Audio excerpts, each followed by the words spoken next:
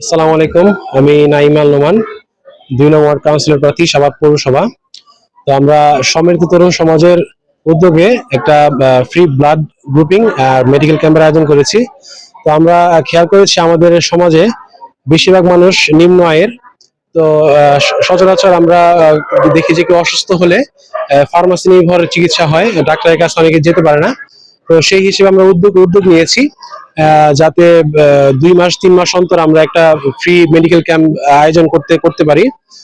আপাতত আমরা স্বল্প পরিসরে প্রথমবার করেছি, ইনশাল্লাহ আমরা এটা পরবর্তীতে চালু রাখার চেষ্টা করব। আমি চাচ্ছি যে জনগণের যে অধিকার, জনগণের যে হক, যেটা সরকারের পক্ষ থেকে আসে, আমি আমার নির্বাচনের উদ্দেশ্য এটা যে জনগণ যেটা হকদার সেটা যেন সঠিক জায়গায় পৌঁছায়।